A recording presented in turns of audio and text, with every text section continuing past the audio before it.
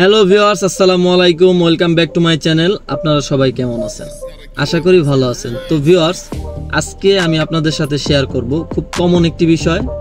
সেই বিষয়টা অনেকেরই জানা, অনেকেরই না জানা, কিন্তু আপনারা যারা নতুন আছেন তাদের জানা অতি জরুরি, বা তাদের জানতেই হবে বিষয়টা। কারণ আপনি একটা গাড়িকে যখন সঠিক নিয়মে চালাবেন তখন আপনার গাড়িটা ভালো থাকবে। আমরা উল্টাপাল্টা গাড়ি চালাই দেখেই আমাদের গাড়ির দেখা গেছে বিভিন্ন ধরনের পার্টসগুলা, যে পার্টসগুলো দেখা গেছে 5 বছর চলার কথা, ওইটা আমরা 2 বছরে ওইটার মেয়াদ শেষ হয়ে যায় বা ওইটার ক্ষয়ক্ষতির সম্মুখীন আমরা হই।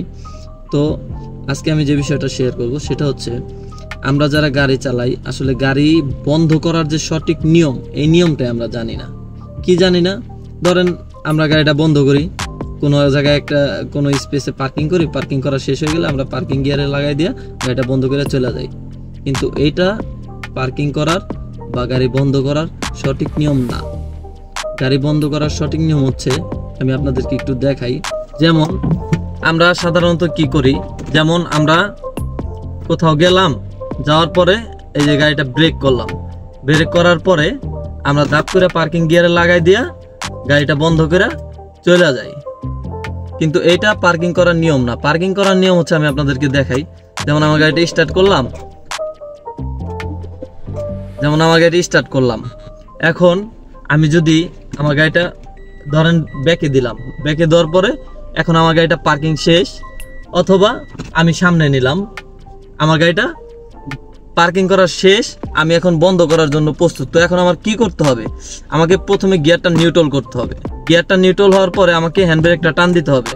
হ্যান্ড ব্রেকটা টান দেওয়ার পরে এখন আমার গাড়িটা স্থির হয়ে দাঁড়ায় আছে বা দাঁড়ায় গেছে বা পার্কিং হয়ে গেছে। তো পার্কিং হওয়ার পরে আমাকে এই গিয়ারটা পার্কিংয়ে লাগাই দিতে হবে। তো এখন আমাদের গাড়িটা পার্কিং হয়ে গেছে, আমাদের গাড়িটা বন্ধ করার জন্য প্রস্তুত। তো এখন যদি আমাদের গাড়িটা আমরা বন্ধ করে দিই, সেই ক্ষেত্রে আপনার গাড়ি ভালো থাকবে, আপনার গাড়ির গিয়ার বক্স ভালো থাকবে। তো আমরা যারা গাড়ি চালাই আসলে আমরা অনেকেই এই বিষয়টা জানি না, যে আসলে গাড়ি চালাই, আমরা গাড়ি বন্ধ করার সঠিক নিয়মই জানি না। তো এই বিষয়ে আমি আজকে তুলে ধরার চেষ্টা করলাম।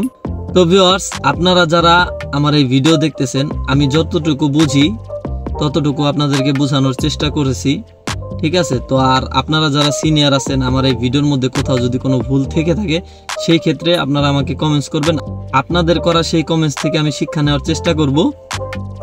শিক্ষার আসলে কোনো শেষ নাই। আর আমার এই ভিডিওটি ভালো লাগলে লাইক, কমেন্ট, শেয়ার অবশ্যই করবেন, এবং আমার এই চ্যানেলটি সাবস্ক্রাইব করে পাশে থাকা বেল আইকনটি বাজিয়ে দিবেন।